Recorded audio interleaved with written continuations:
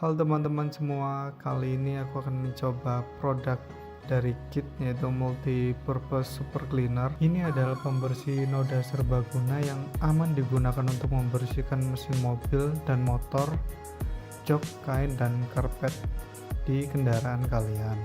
Sangat efektif untuk membersihkan noda minyak, aspal, debu yang membandel, tumpahan makanan dan minuman.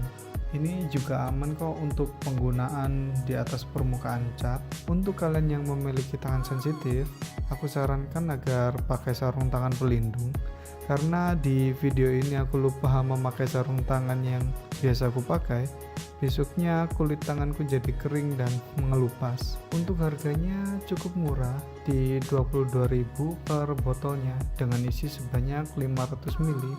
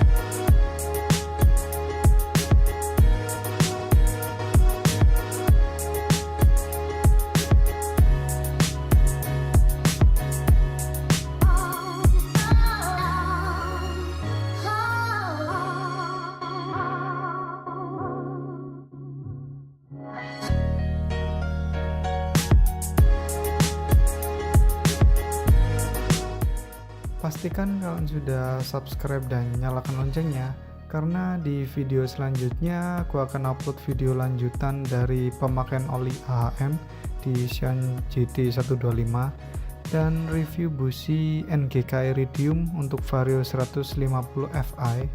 Klaimnya sih bisa bikin motor lebih irit dan responsif.